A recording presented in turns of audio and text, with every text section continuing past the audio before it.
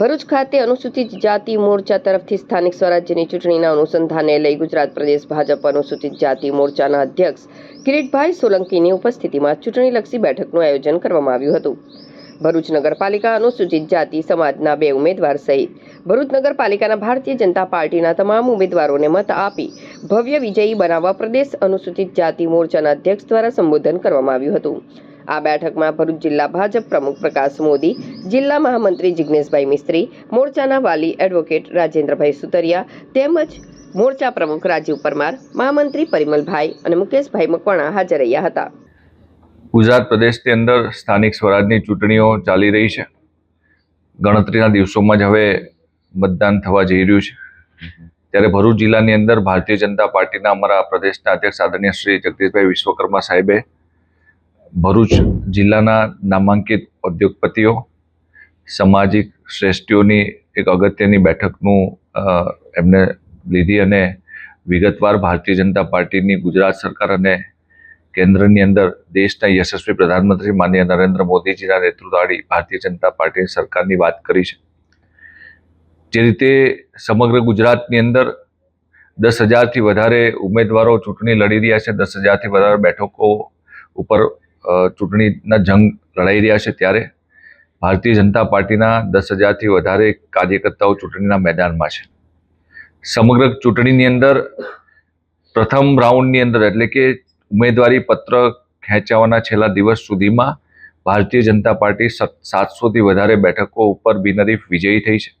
એ દર્શાવે છે કે ગુજરાતની અંદર વિરોધ પક્ષના લોકોને ઉમેદવાર પણ નથી મળી રહ્યા અને વિરોધ પક્ષના લોકોએ ગુજરાતની જનતાનો વિશ્વાસ પણ ખોઈ બેઠા છે. ત્યારે છેલ્લા સતત 30 વર્ષથી ગુજરાતની અંદર ભારતીય જનતા પાર્ટીની સરકાર છે અને છેલ્લા 11 વર્ષથી વધારે સમયથી દેશની અંદર દેશના યશસ્વી પ્રધાનમંત્રી શ્રી માનનીય નરેન્દ્ર મોદીજીના નેતૃત્વવાળી ભારતીય જનતા પાર્ટીની સરકાર છે.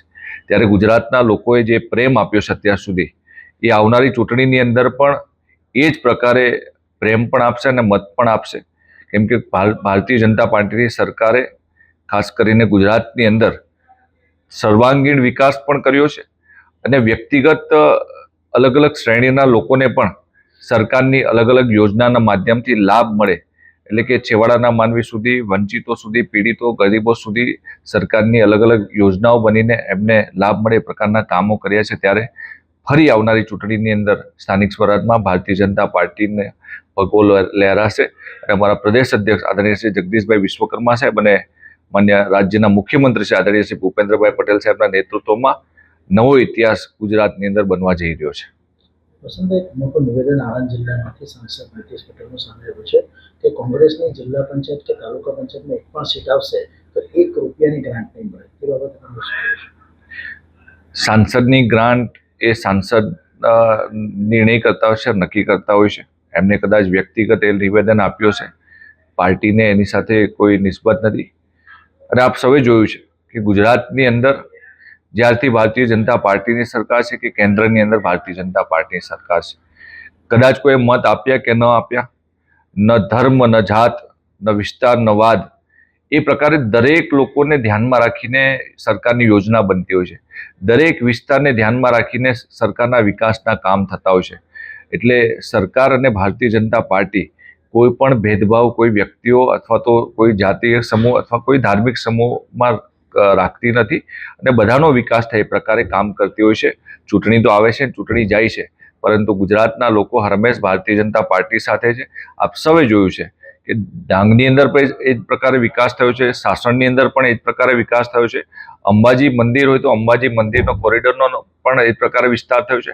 આ બાજુ નર્મદા જાઓ તો સ્ટેચ્યુ ઓફ યુનિટી બનાવીને એ નર્મદા જિલ્લાનો પણ એ જ પ્રકારે વિકાસ થયો છે. એટલે કે ગુજરાતના ખૂણે ખૂણે ભારતીય જનતા પાર્ટીએ બધા જ વિસ્તાર અને લોકોને ધ્યાનમાં રાખીને કામ કરતી હોય છે.